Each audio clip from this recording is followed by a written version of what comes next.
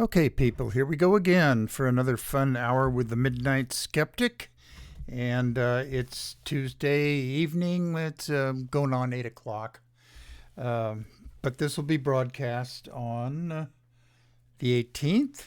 And yes, the 18th. Okay. No, it'll be broadcast on. I'm off to a good start already. It will be broadcast on the 18th of September, which is Sunday, which will be 9 o'clock at the usual time. I don't know why I couldn't read my desk calendar properly, so I will just play my play-in music.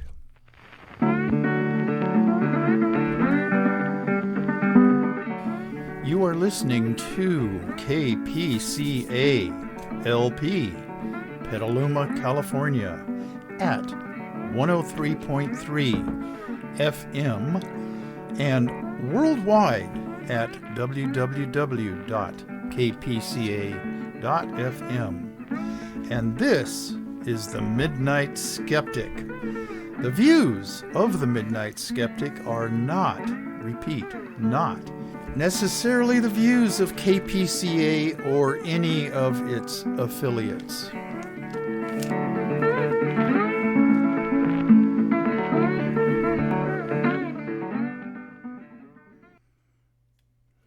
Okay, this is the 20th, Tuesday. So I was reading my calendar wrong. It's going to be broadcast on Sunday the 25th, not the 18th. That was last Sunday. Okay, here we go.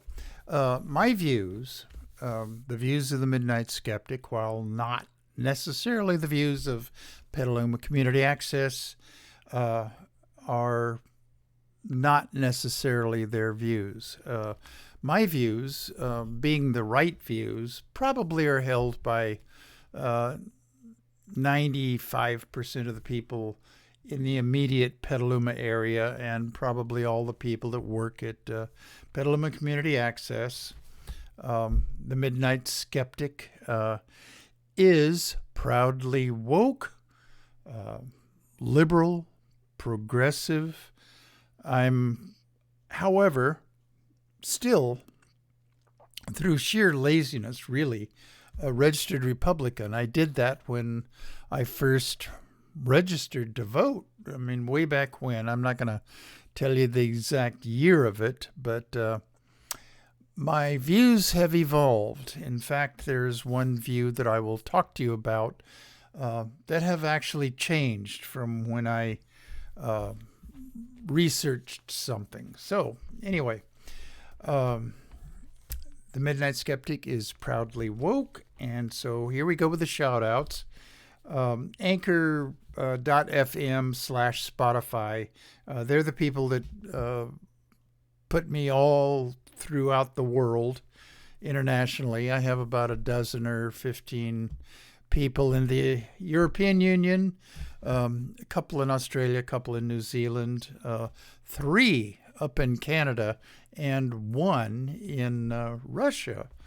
And I'll have to look up the Anchor.fm metrics that they send me periodically to see if I still have a listener in Russia.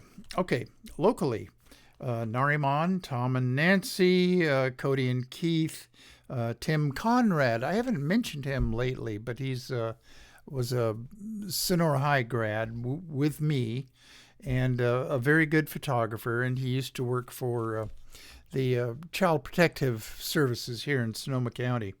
Okay, Kevin and Lori and Katati, Sebastopol, Rich and Kathy Berger, and in Tiburon, Dennis and Megan, and San Francisco, Yvonne Santos, down in Pacifica.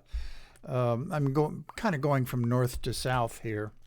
Down in Pacifica, Stan and Kathy Gustafson, and Susan Miller, the proud lefty of Pacifica. And up in Sonora, Bob and Sandy Fisher, Brad and Martha Fisher. Martha, wear your PPE and take care of yourself. Kathy Francis and Tiffany and Jennifer Gleason and their father, John Gleason. John Gleason occasionally proudly wears a Midnight Skeptic t-shirt with my beautiful picture plastered all over the front of it. Darrell Larson, Judy May, Leonidas Maciel, Rosie Lopez Negrete down in Mexico City. The Sonora Gang, if any of you want one of the t-shirts with my picture on it, well, let me know. Let me know if you disagree with anything that I say, although I can't imagine that happening.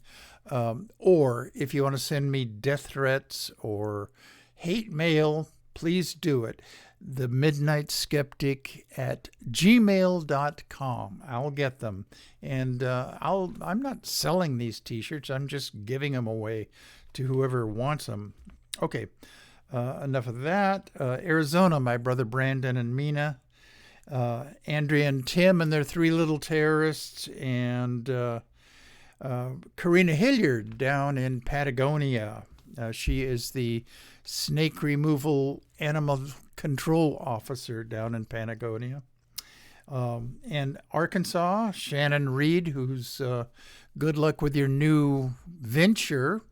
I won't say what it is, but I will gladly do a on-camera advertisement for whatever it is you're doing. You have to give me the things that you're doing. Okay. Down in Florida, Nelson and Alice Lydell and Amelia Beamer. North Carolina, Dr. Dave and his wife Vicki. And last, Long Island, Geraldine Goldfinger. Okay. And I missed Sacramento. Okay. Dave and Rosita. I hope, Rosita, you're doing well. But up there is Mickey Huff, the godfather of Project Censored.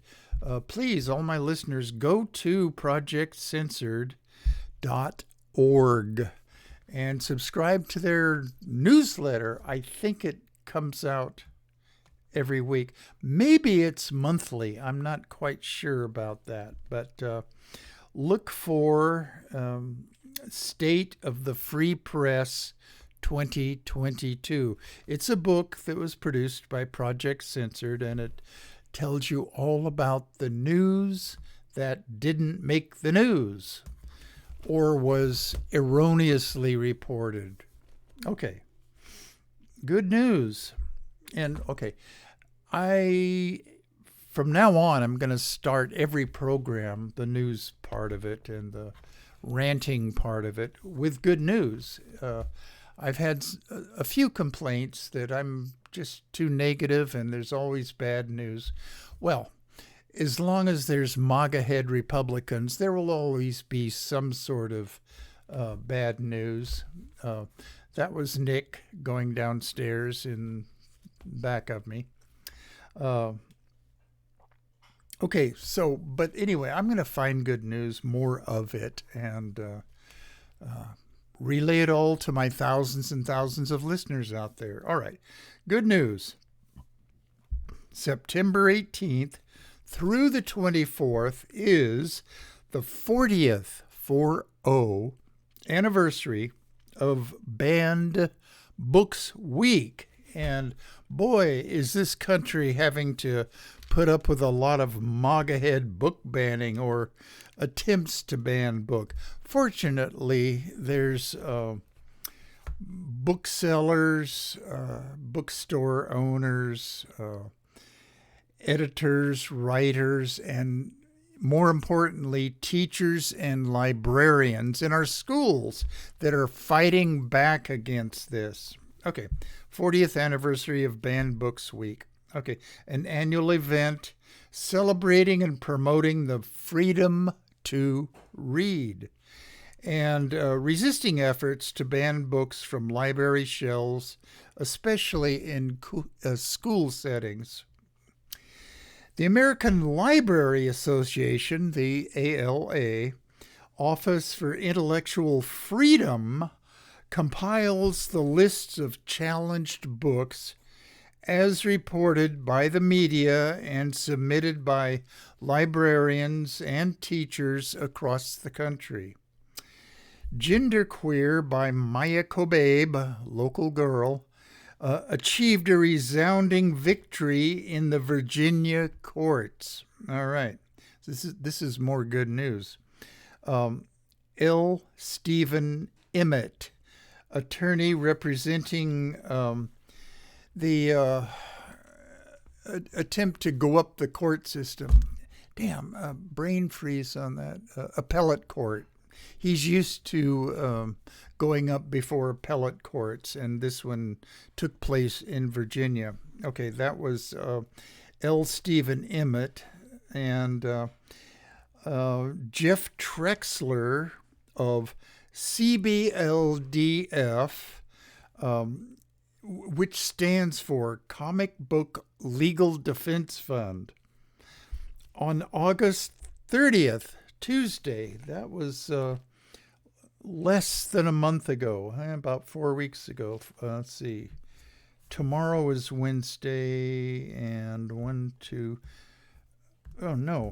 today's Tuesday, and 3 Tuesdays ago was the victory court ruling that Maya Kobabe's book and a second book, A Court of Mist and Fury, that I'm not familiar with, were declared not, repeat, not, to be obscene. Okay, there was some MAGA Head politician in Virginia that brought a complaint against them and, wanted the books to be declared obscene so they could be just banned from libraries and schools. Well, he lost. Okay, I don't know yet whether he's going to appeal the judge's decision, but anyway, I'm going to have a little bit more to say about this because I listened in on a webinar this last Monday, which was the 19th. Okay, all right, yesterday morning. It was like from 9 o'clock in the morning to 10 o'clock. Okay, August 30th, Tuesday, a Virginia judge dismissed a lawsuit against Genderqueer and A Court of Mist and Fury that would have labeled both books obscene. The petitioner, who's this MAGA Head Republican politician, asked the courts to issue a temporary restraining order against the Virginia Public Schools and Barnes and Noble bookseller. No definitive court ruling yet that the books were not obscene. Okay, now what I mean by that is the courts dismissed the suit on other grounds than obscenity. In effect, the books were found to be not obscene, and they're not going to be taken off the library bookshelves. Let's see, I'm going to go into that a little bit more detail further on. Okay.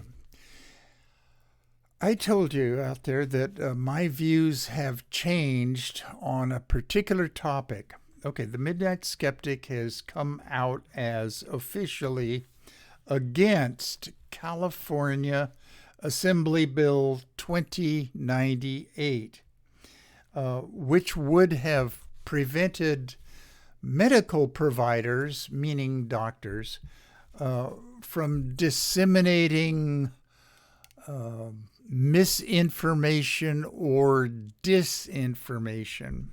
I think what this bill was aimed at was the America's frontline doctors with their advocacy for hydroxychloroquine and ivermectin.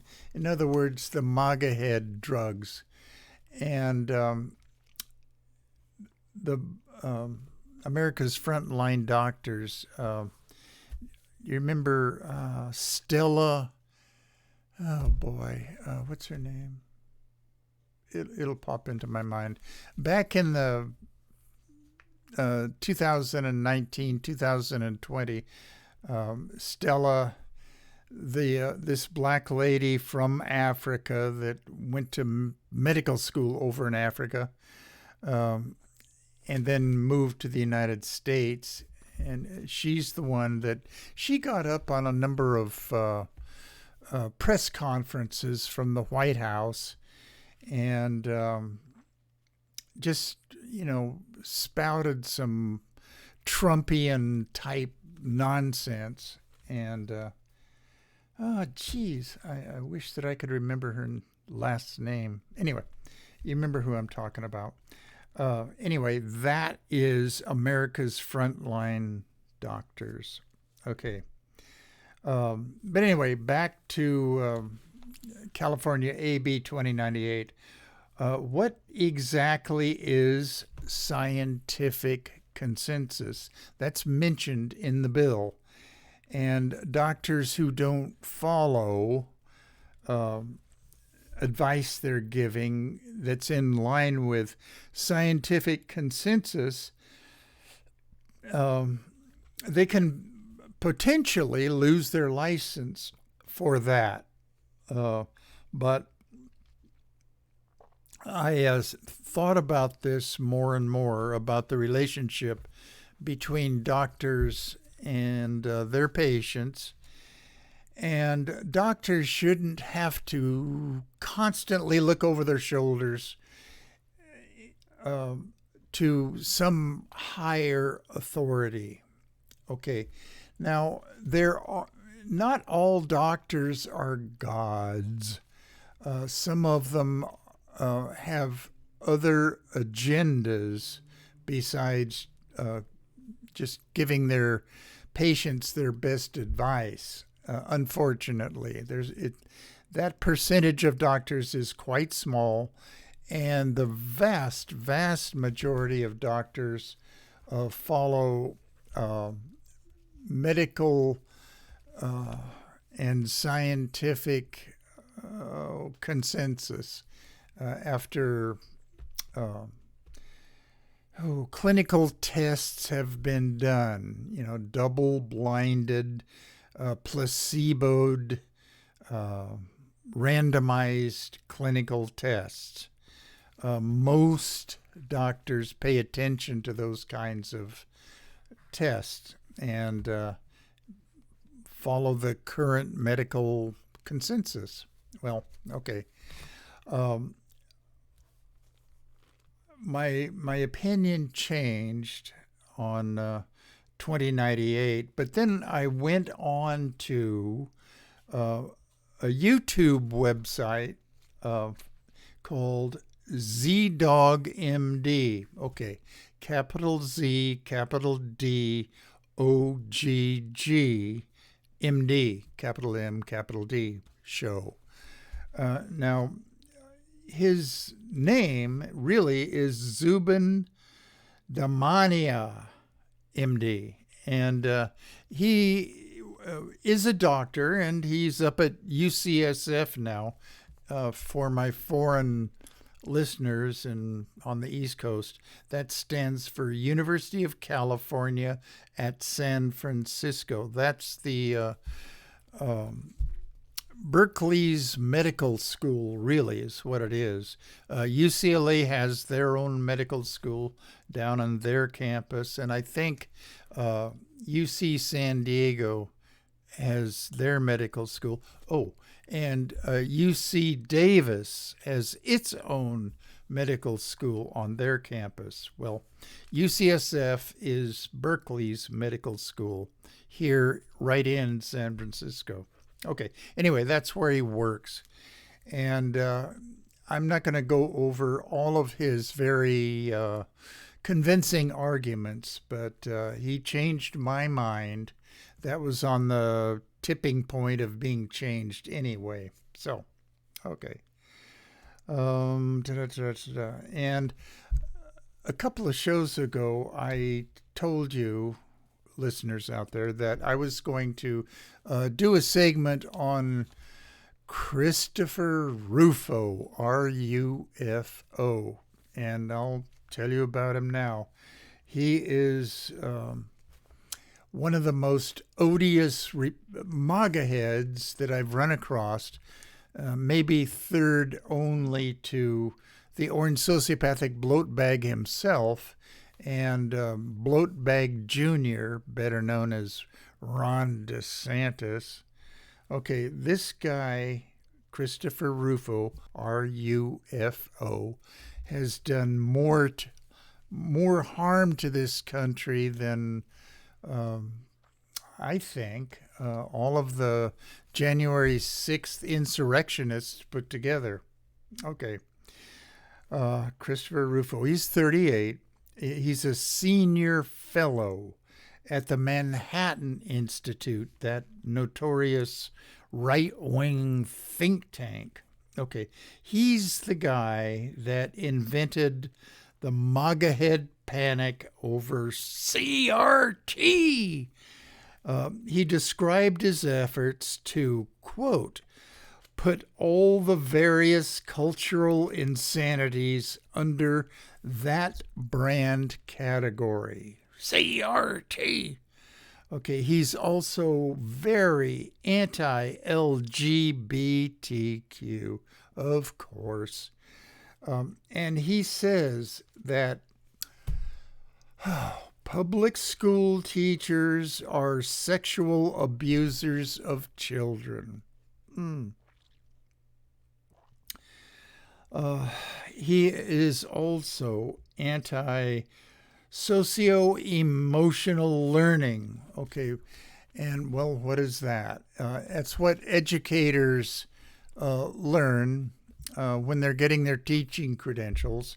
And it's not the only thing that they learn, but it is a method of making school children, I guess all the way up through high school, more self-aware and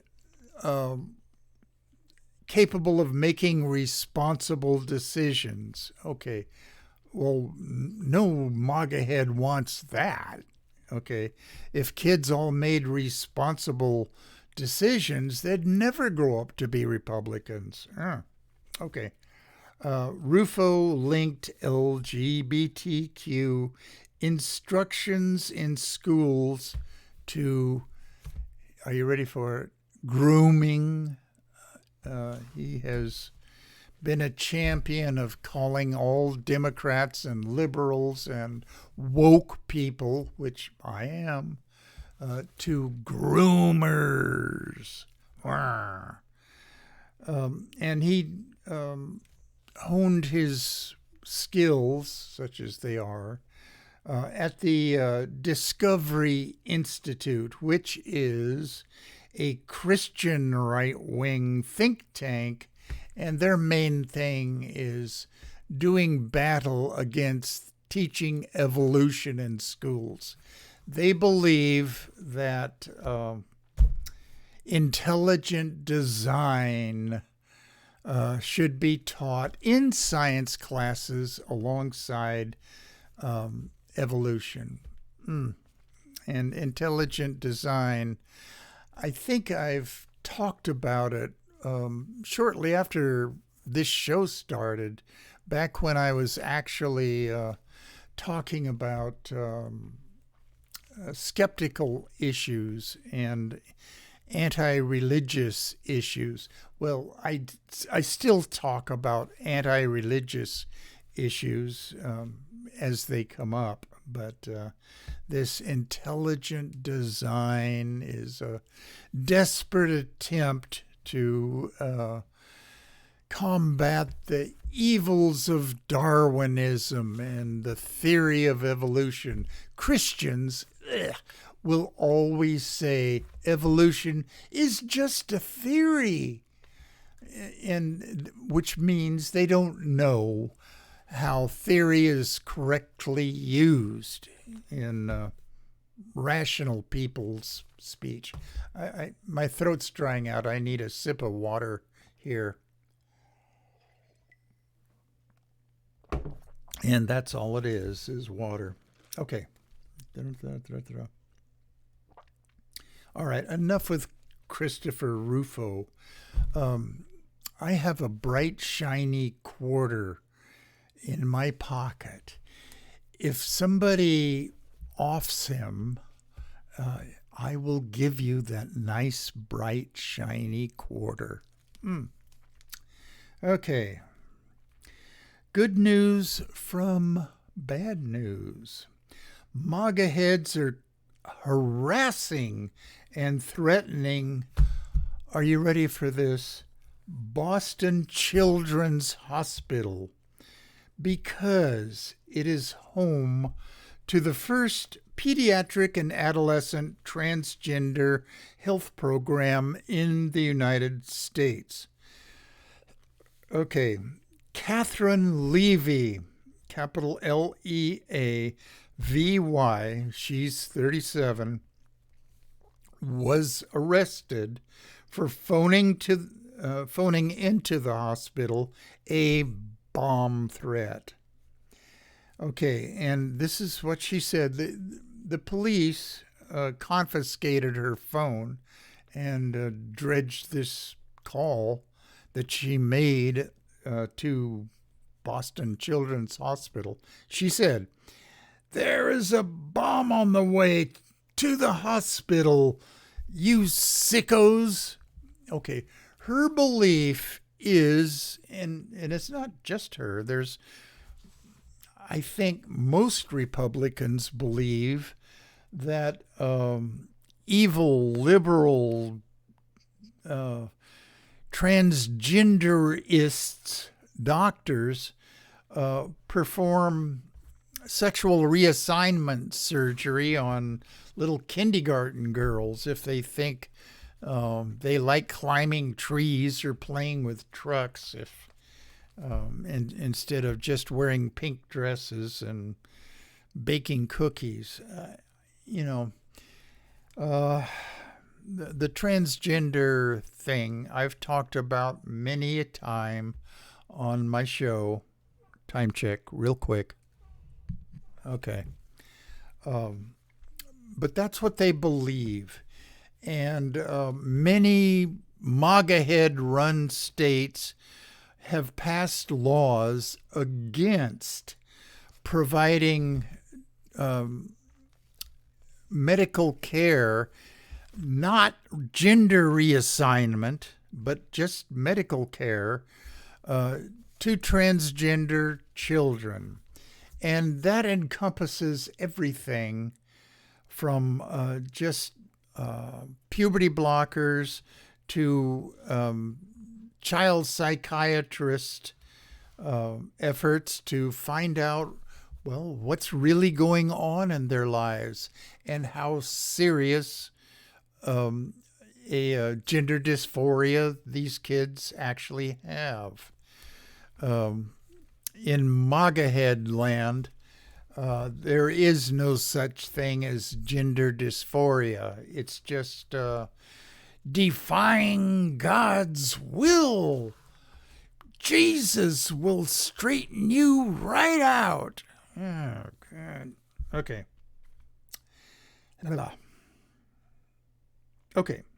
Anyway, this lady has been arrested, and I don't know the outcome of her arrest yet. I hope she spends at least a couple of years in the hoosgow to think about her situation in life. Okay.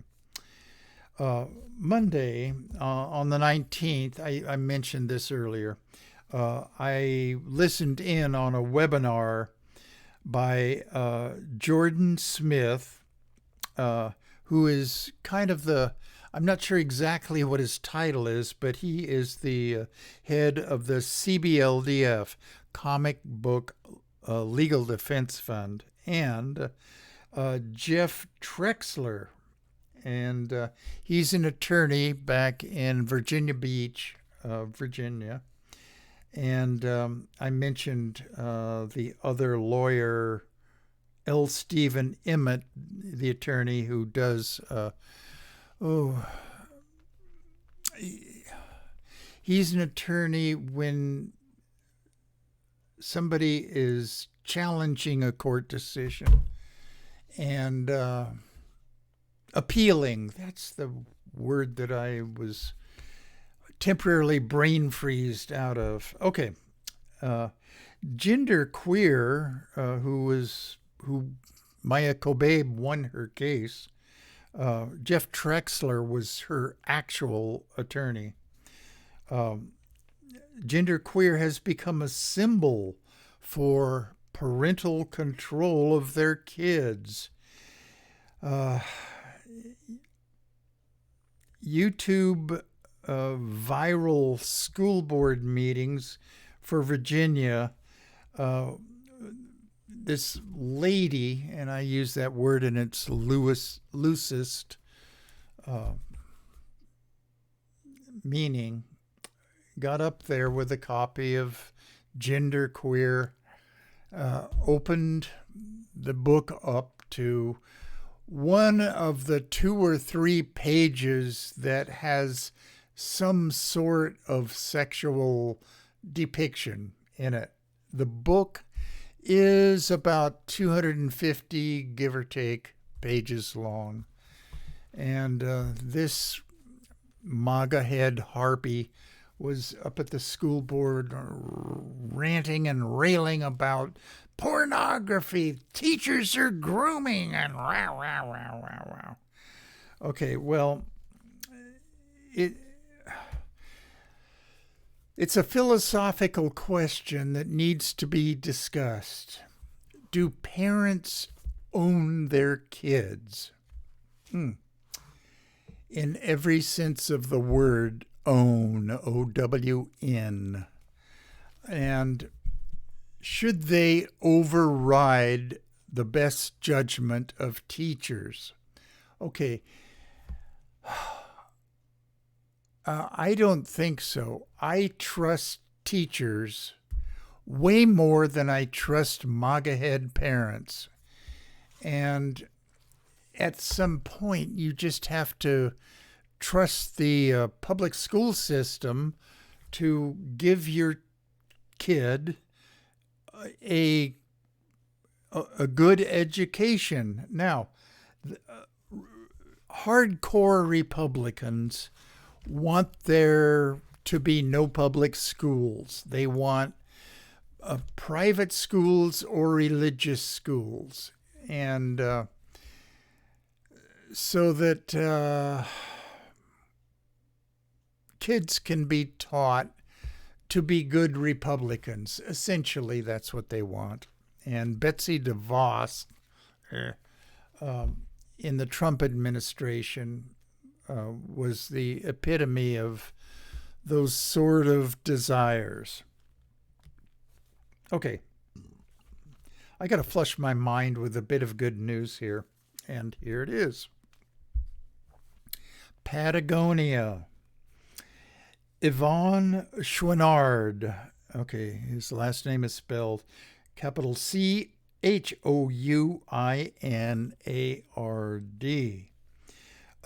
He founded Patagonia 50 years ago as an outdoor apparel and equipment maker. He transferred the $3 billion company to a specially designed trust to work for combating climate change.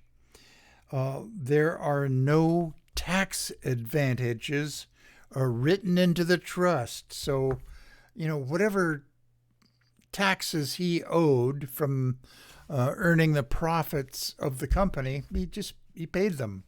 Okay? And so most donations to charitable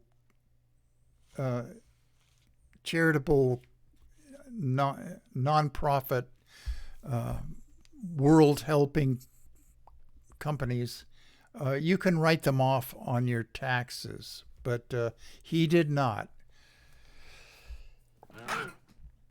Oh, excuse me. I caught it in time. Okay. There are no tax advantages that will accrue to him. All profits, I mean, the company's still operating. They're still making their outdoor jackets and tents and heavy-duty underwear that people wear when they go on treks up in the mountains.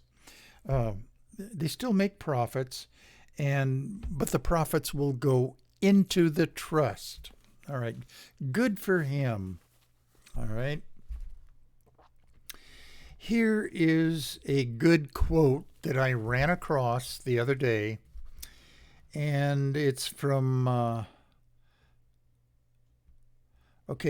Tanzila at That Rebel Lady. Okay, in case you want to look it up yourself and then maybe even congratulate her. She's a feminist, obviously. Capital T ANZEELA at That Rebel Lady. It's all one thing. Capital THAT, capital REBEL, capital LADY. Okay.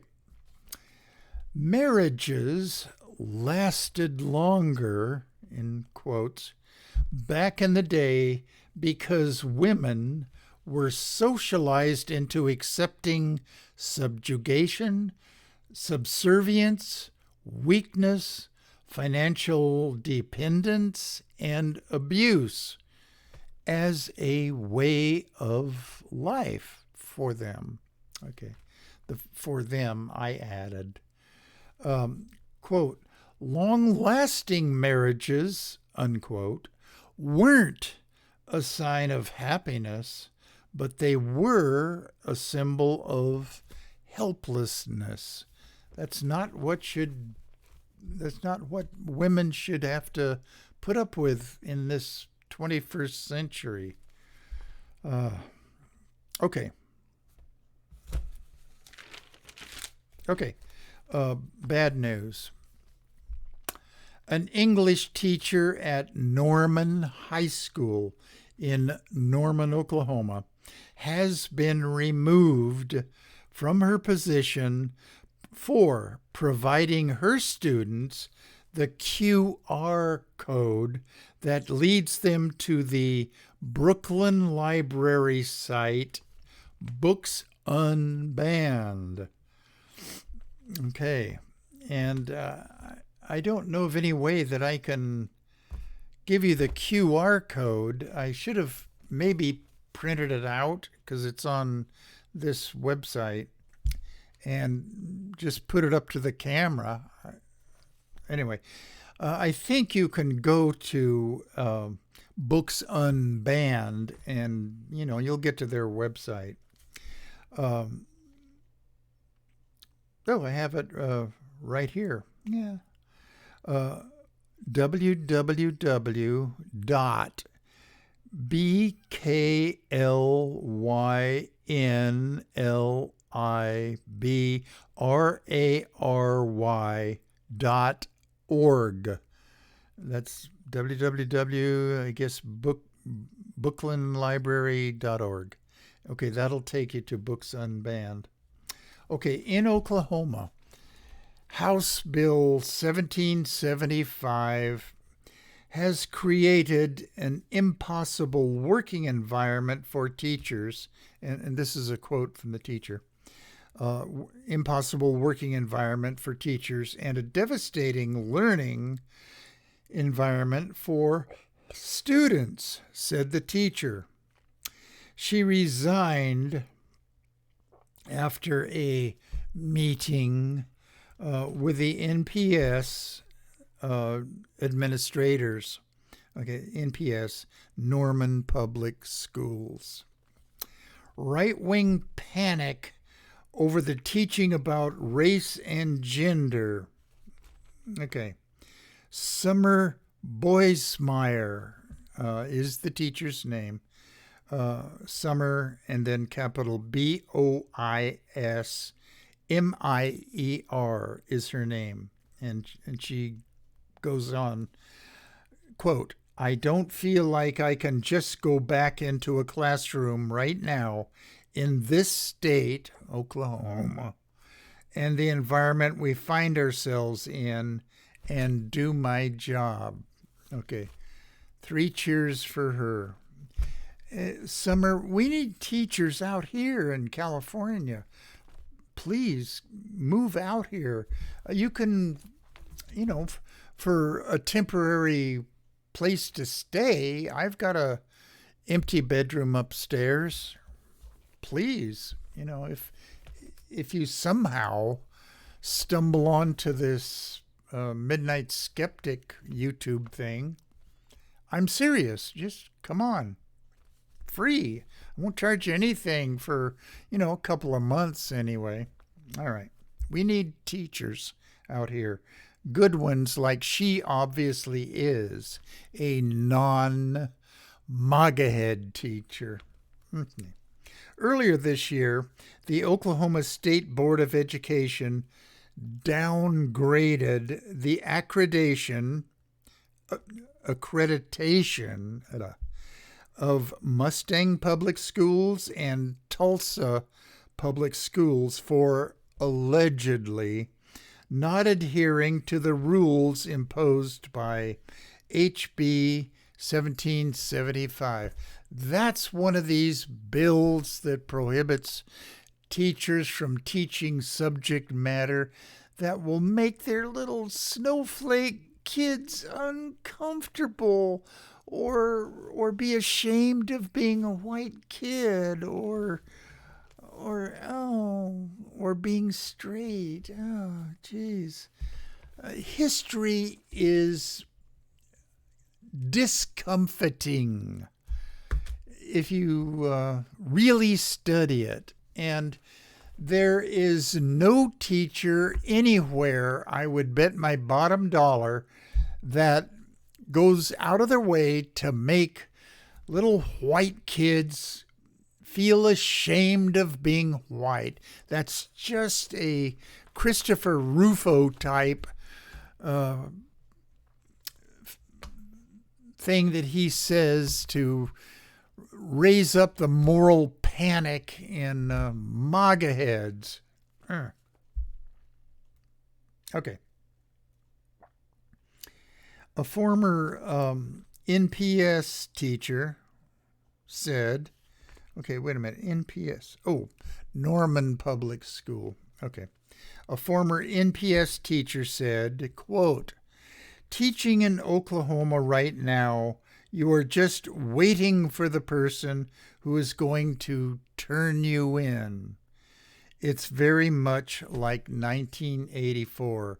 MAGA heads won't catch that reference, but that was a book by George Orwell, and I won't go into explaining it to you.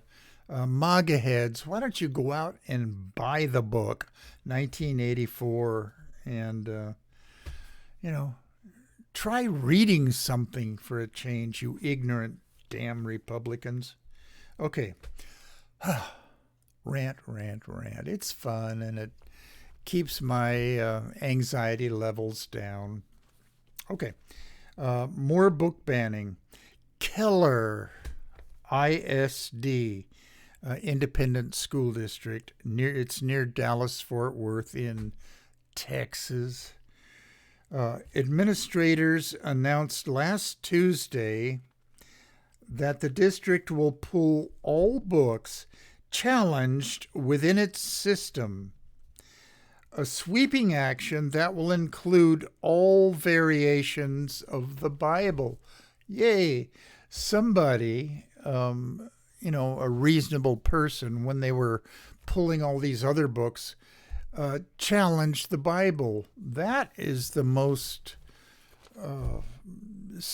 has some of the most sickening passages in it.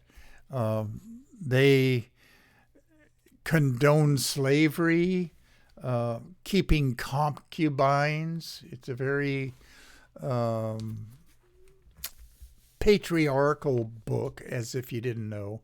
I haven't read the whole Bible. I've just read passages out of it and came to the conclusion that it wasn't worth my time. Okay, I'm off my notes again. Sip of water time.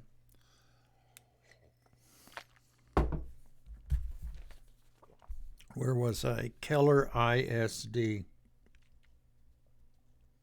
Okay, we'll pull all books challenged within its system, a sweeping action that will include all variations of the Bible and 40 other books, including Toni Morrison's The Bluest Eye, a graphic version of Anne Frank's Diary of a Young Girl, and, of course, genderqueer.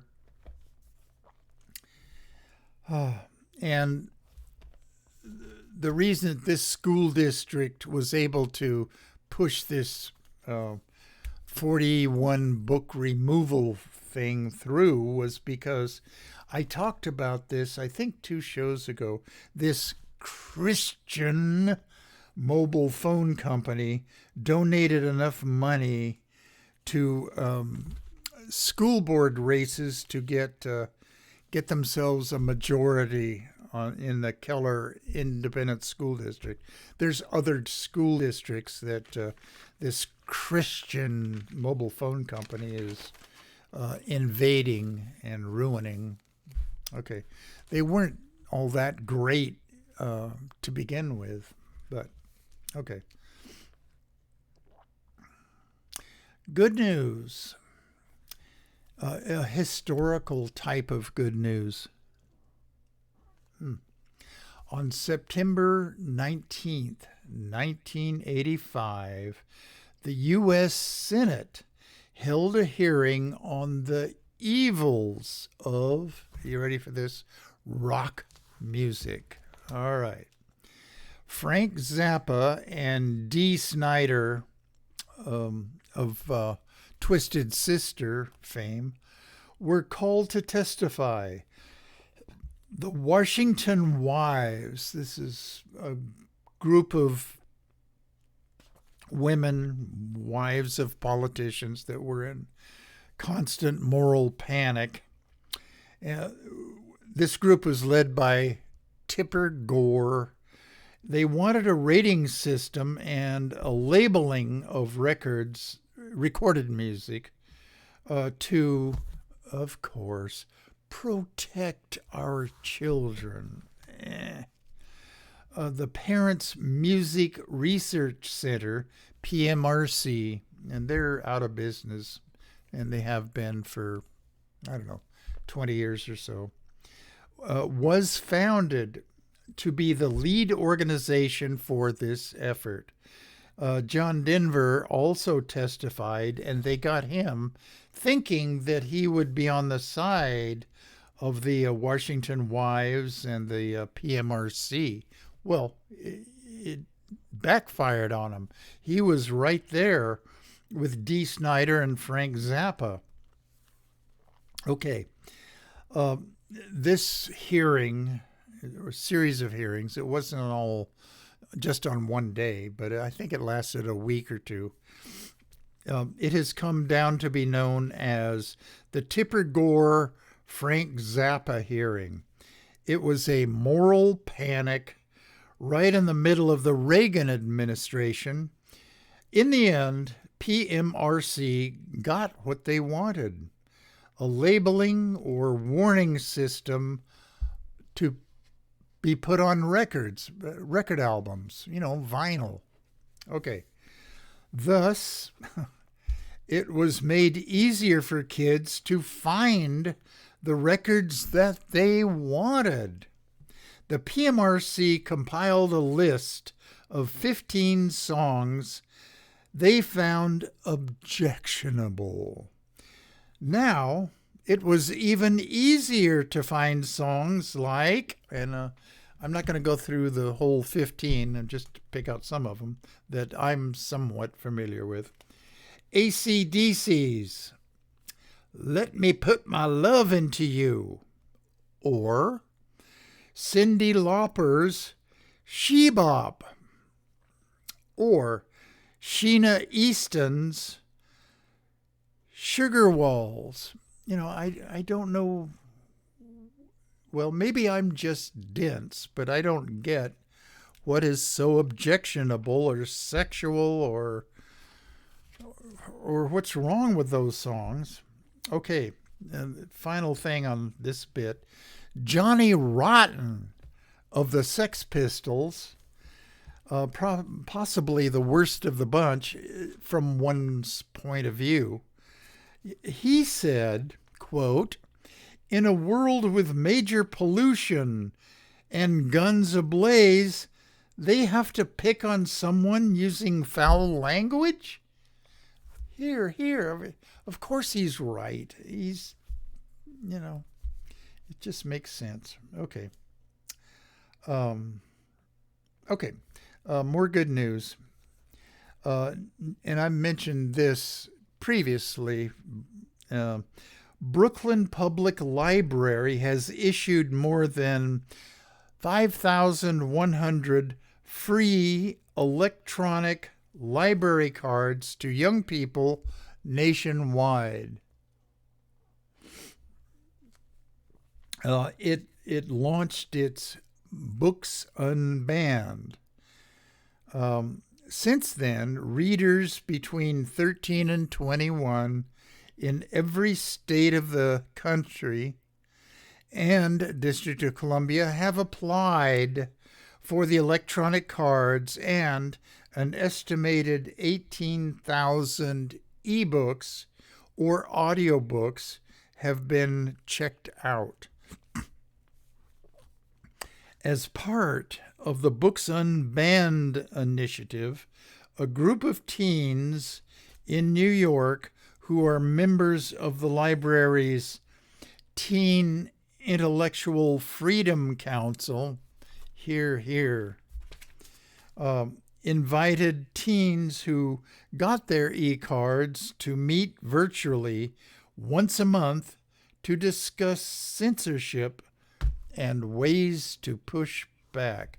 Here. Let's see.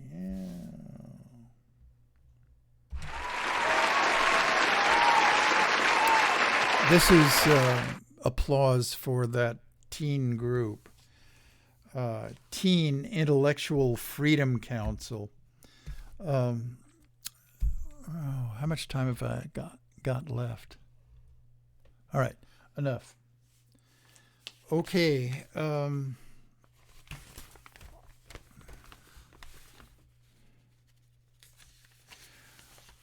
Okay, there's a kind of a controversy about saving the whales. Maine lobsters, the fishing for them disrupts. Okay, I'm going to have to get my magnifying glass out. Okay. On September 6th, the Monterey Bay Aquarium's Seafood Watch monitoring program reassigned all Maine lobsters, which are harvested with vertical fishing lines off the coast of New England and Canada, to its red or avoid list, okay? Because of the fishing methods. I mean, there's plenty of lobsters. They aren't endangered or anything like that. The new designation was made out of concern for the endangered North Atlantic right whale, WRIGHT. Excuse me, no W, RIGHT whale. Entanglement in fishing gear is a major cause of injury and death to the species. According to Seafood Watch, the right whale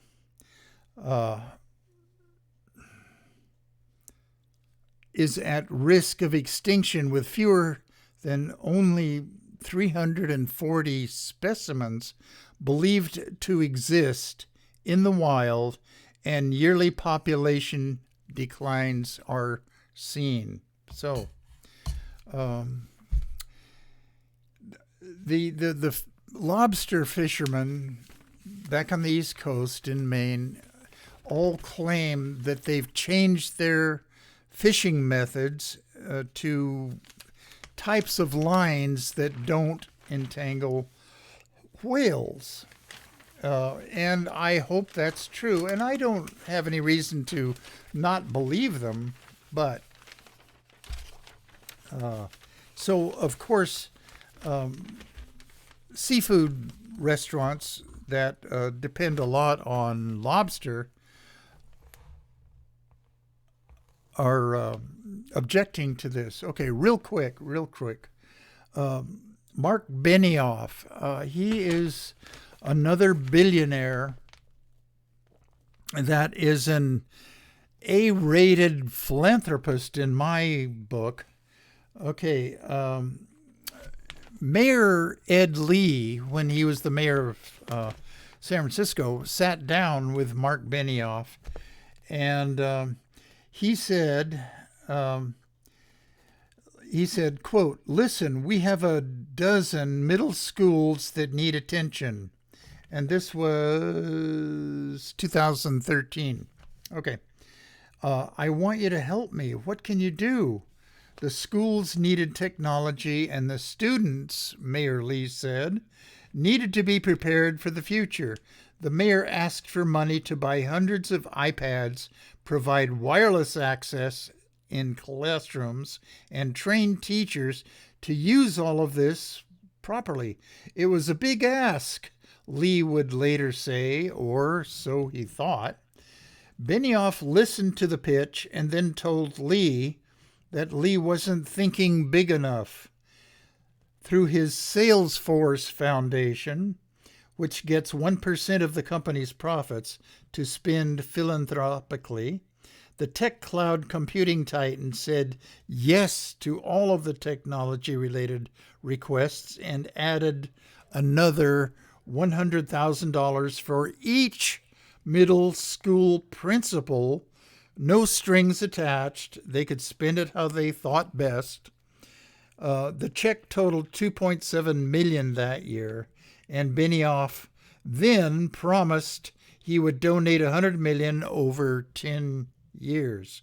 It was a stunning commitment, one that seemed unlikely given the fickle nature of educational philanthropy spending seen across the country. But Mark Benioff has done it.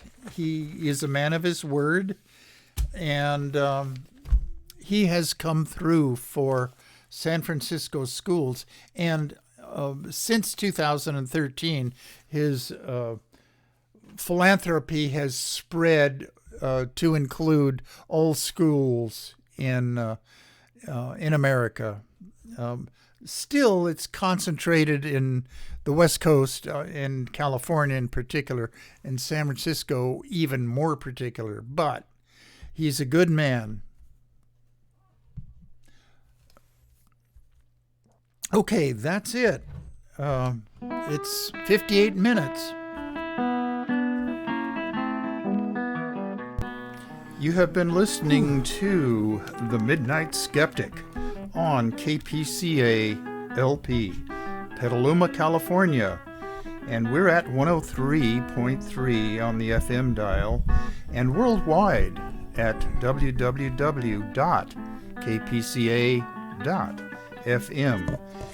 Support community radio at patreon.com/Petaluma Community Access.